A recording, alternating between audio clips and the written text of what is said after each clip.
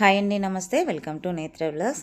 ఈరోజు వీడియో ఏంటంటే చనిపోయే స్టేజ్కి వచ్చిన ప్లాంట్ని ఏ విధంగా మనం కాపాడుకోవాలి, ఇంకా చనిపోయే ముందు ఈ ప్లాంట్ యొక్క లక్షణాలు ఏంటి, వాటిని ముందే ఏ విధంగా తెలుసుకోవచ్చు అనేది ఈరోజు వీడియో అండి. వీడియోని చివరి వరకు స్కిప్ చేయకుండా చూస్తేనే నేను ఏం ట్రీట్మెంట్ చేశాను అనేది అయితే మీకు కంప్లీట్గా అర్థమవుతుందండి.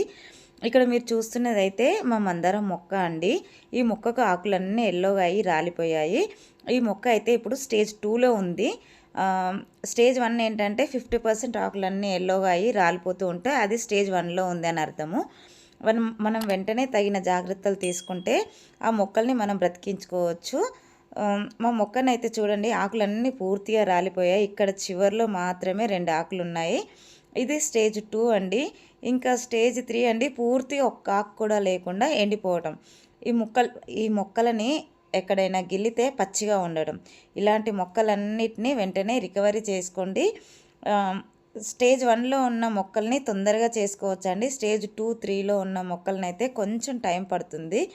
అయితే ఇప్పుడు మనం దీనికి చూస్తున్నారు కదా, డ్రైన్ హోల్స్ అయితే చెక్ చేసుకోవాలండి.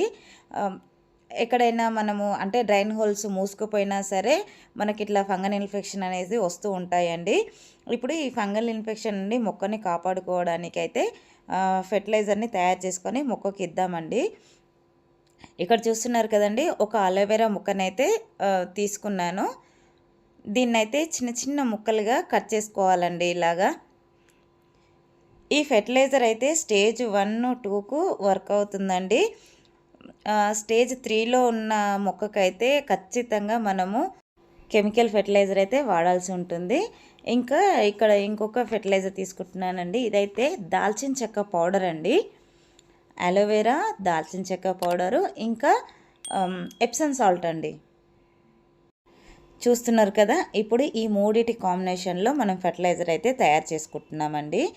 మనం చిన్న చిన్న ముక్కలుగా కట్ చేసుకున్న ఈ అలోవెరా ముక్కలు ఉన్నాయి కదండి, వీటిని ఒక 2 లీటర్స్ వాటర్లో ఇలాగా దాంట్లో ఉన్న జెల్ అంతా కూడా వాటర్లోకి వచ్చేలాగా చేసుకోవాలండి. చూస్తున్నారు కదా, ఇలాగా మొత్తం కూడా చేత్తో అందులో వేసుకొని గట్టిగా పిసికేస్తే అందులో ఉన్న జెల్ అంతా కూడా వాటర్లోకి ఈజీగా వచ్చేస్తుంది. మనం మిక్సీ పట్టడం కంటే కూడా ఇలాగా అంటే ఫెర్టిలైజర్ అనేది చాలా మంచిగా పనిచేస్తుందండి. వీడియోలో చూపిస్తున్నట్టుగా ఇలా చిన్న చిన్న ముక్కలు కట్ చేసుకొని ఆ జెల్ అంతా బయటకు వచ్చేలాగా అనేసుకోవాలి. ఇప్పుడు ఇందులో కొంచెం దాల్చిన చెక్క పౌడర్ అండి, అది కూడా ఈ వాటర్లో వేసేసుకోవాలి. ఇంకా ఇందులో కొంచెం ఎప్సమ్ సాల్ట్ తీసుకుంటున్నానండి. చూస్తున్నారు కదా, 1 స్పూన్ అంతా ఎప్సమ్ సాల్ట్. ఇది మొక్క డల్ అయిపోయింది కదా, ఇంకా షాక్ కూడా గురి అయింది. దాని నుండి మొక్క కోలుకోవడానికి బాగా పనిచేస్తుంది ఈ ఎప్సమ్ సాల్ట్ అనేది. ఎప్సమ్ సాల్ట్ కానీ, అలోవెరా కానీ, దాల్చిన చెక్క పౌడర్ కానీ, ఇవన్నీ మంచి ఫంగిసైడ్ అండి, ఆర్గానిక్ ఫంగిసైడ్. ఇలా చనిపోతున్న మొక్కల్ని సైతం ఈజీగా బ్రతికించేస్తుంది. ఇలాగ కలిపేసుకున్న వాటర్ని ఒక 3 డేస్ మనం నీడలో ఫర్మెంట్ చేసుకోవాలండి. చూస్తున్నారు కదా, 3 డేస్ అవుతుందండి ఇదైతే ఫర్మెంట్ చేసుకొని. అలోవెరా ముక్కలు అనేది చూసారు కదండి, చేత్తో అలా అనగానే మొత్తం నలిగిపోతున్నాయి. అది మొత్తం వాటర్లో కలిసిపోతాయండి అలా అనగానే. 3 డేస్ అవుతుంది కదా, మొత్తం వాటర్లోనే అది కూడా డైల్యూట్ అయిపోతుంది.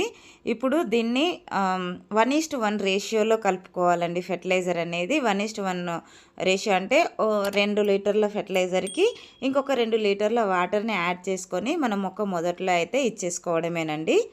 ఆల్రెడీ మనము మట్టి అనేది మొత్తం లూజ్ చేసేసామండి. ఇప్పుడు ఈ వాటర్ని అయితే మొక్క మొదట్లో ఇచ్చేయడమేనండి.